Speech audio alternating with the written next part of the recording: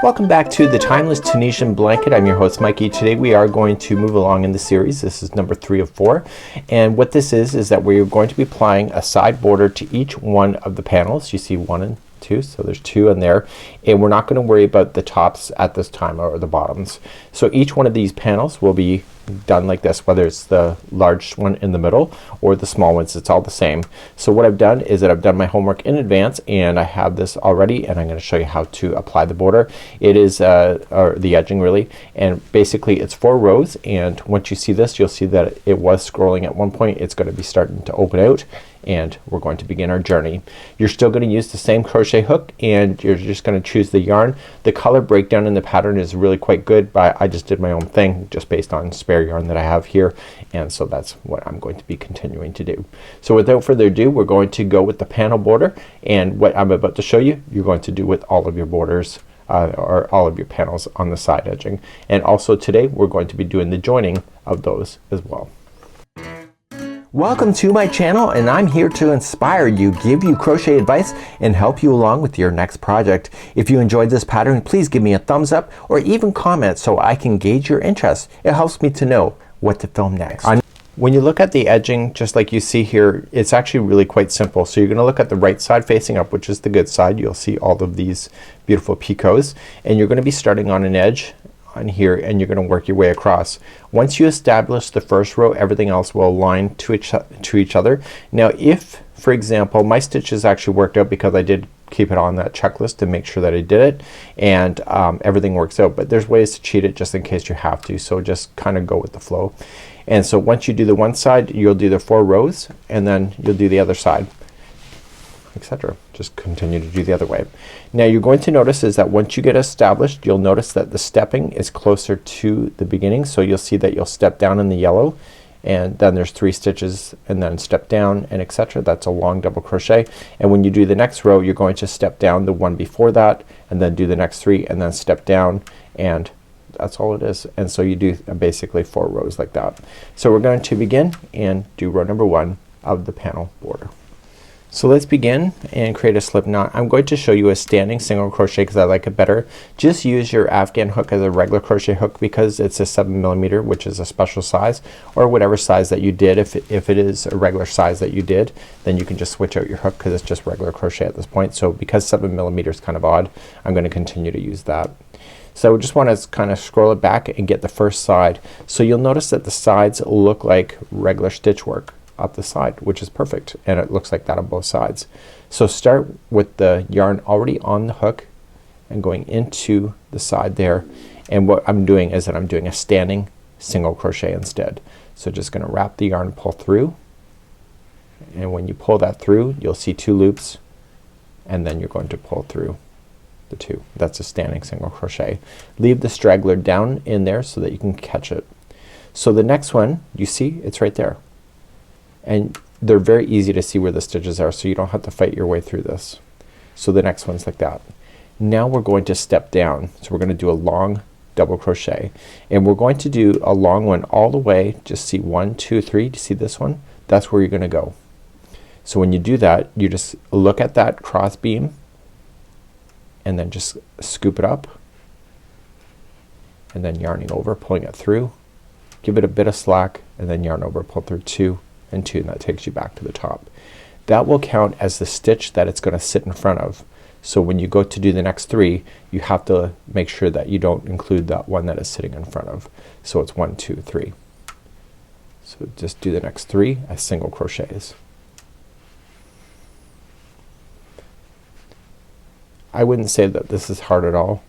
It's just a matter of you just gotta pay attention the first pass across, because you're establishing your drop downs with your long double crochets. So you got your 3, and now you're gonna drop down. So just look at to where you dropped before and just follow it along. So just kinda like do like battleship, I guess, following the X and Y, and then do that one. That counts as the one that's sitting in front of, so then you do the next 3. And what I'm going to do is that I'm going to rely on you to go all the way across your panel in the same formation. Just remember there's always 3 single crochets that separate those long double crochets, and I will show you what it looks like at the end of this. So again, if you're not sure where to go, just follow it down Okay, 1, 2, 3, and etc. So I'll be right back in a moment. So I'm continuing all the way across, and I'm just continuing to follow the sequence of the stitching right until the very edge of the other side. Okay, and then I'm just gonna finish up so that counts as the one it's sitting in front of, so I got the last two that are here. Now once you get to here, you're just going to finish off, so just snip your yarn. Now you'll see the color sequence available in the pattern if you would like to do it the same way. It looks really good. And what you need to do then is go back to here, the beginning, and preferably with the different colors so you get the look, and we're going to start row number 2. Okay, let's begin number 2 with the standing single crochet in the back loop only. So when you get the first one, it's the back loop. Okay, so don't go into both loops, just go into the back and do a standing single crochet there.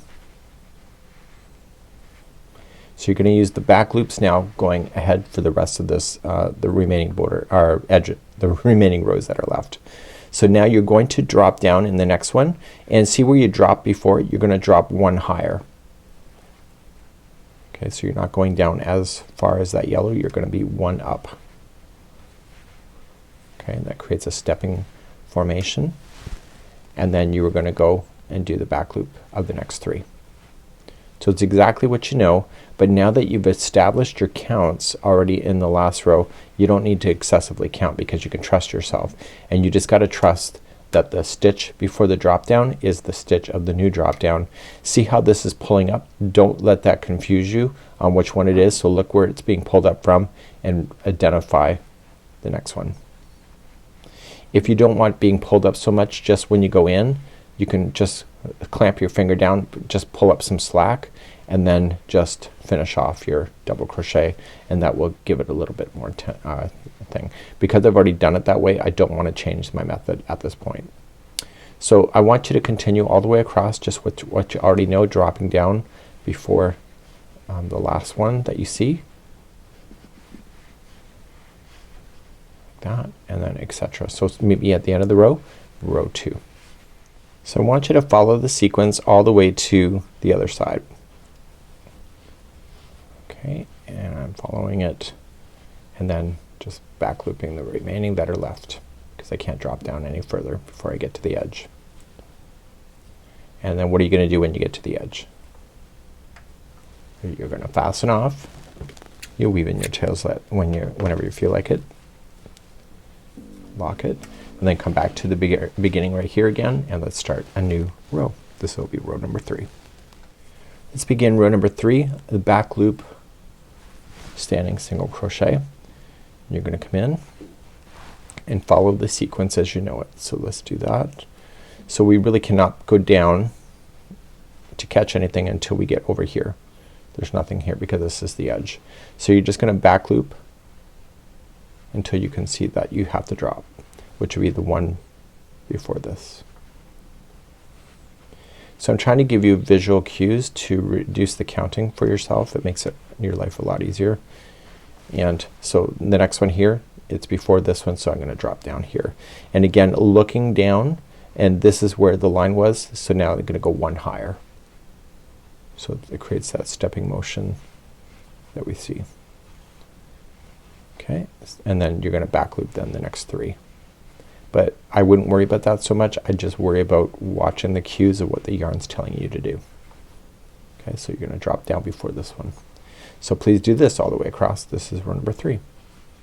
So I'm continuing all the way to the edge. Okay, and I still can't drop down at this point because there's not enough stitches before I get to the end. Okay, but I am following the sequence just like you see. And let's get rid of this yarn, and let's begin the 4th and final row. And then you have to do these all over on each one of the side of the panels. So let's do number 4. So number 4, you're going to join it with the back loop again. Okay, and I'm looking for my first cue and when I'm gonna drop. So back loop standing single crochet. So I'm going to drop right before this yellow one here, and there's only one stitch. You see this drop in this one? There's only one stitch left, so that kind of fills things in. So I keep crocheting until I can see where that is. Okay, and it's right here. So this time you're going to drop into the yellow there. Okay, this there, that is the back loop, and you're just, oh, sorry, that's the front loop now of the yellow, and you're just gonna come down into that one instead. So you're actually working into the border piece. Then you're gonna continue the next 3.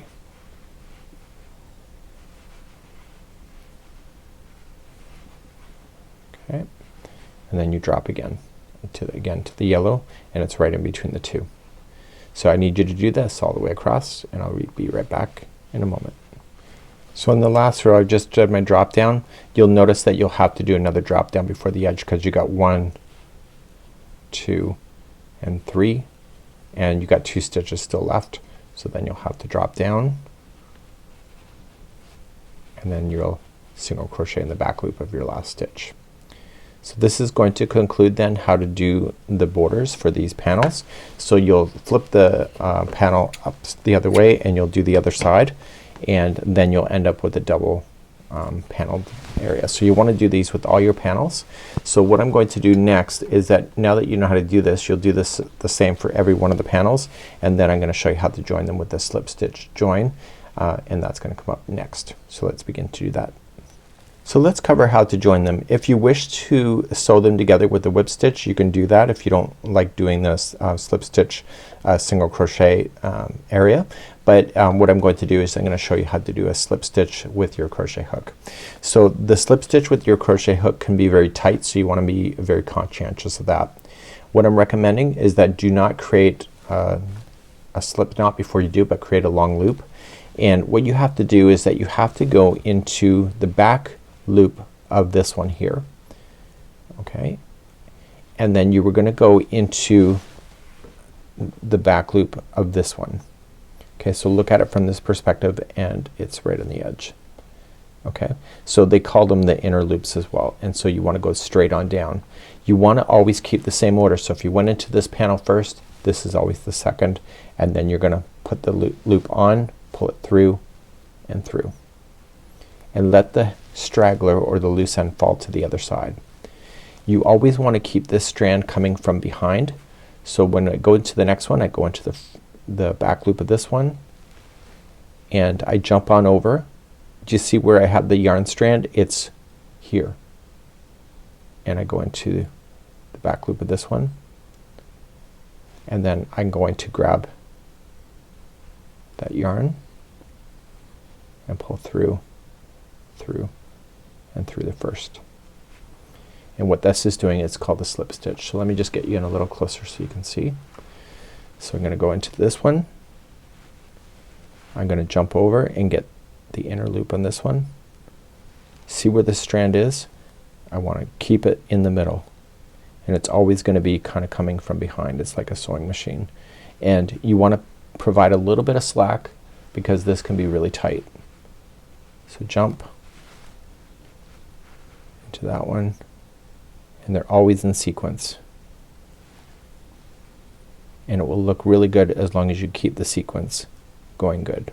So always into the same side first and then the other. This is called the slip stitch join, and you're gonna go all the way down your panel doing this, and then when you're done that, you then jump and then you start attaching the other panels. So I'd recommend just being really strategic about this, because you know, it's a lot easier to do it if you're putting the panels together in some kind of order. So start with your edge panel, then join to the next one, and etc. And I will meet you at the end of the row in a moment. So I'm coming all the way to the other side. Your stitches should match each other in the counts if you were really good about making sure that each one of the rows that you did when you did this actually were checked off on your list. If not, like for example, say that you have an extra row, then what you can just do is that you can skip one of these back loops, and you probably would barely be able to know, just to get the sequence back into alignment if you're having a stitch issue, if you have an extra stitch or something. And that's something you can always kind of work out and just kind of play. This is at the point that it's not really gonna matter so much when it comes to like putting this together. You just gotta make sure, you just gotta get yourself to the very top of where it is and then pull through. Okay, so that's it. And then you're just gonna fasten off and you're going to join all your panels in the same way. And then in week number 4, the fourth part of the series, we're gonna cover the final border. And so this will be what it will look like. And what we just did here is going to be a relatively flat join, and you see it looks actually pretty good. So I will see you next time in week number 4 as we continue the final border.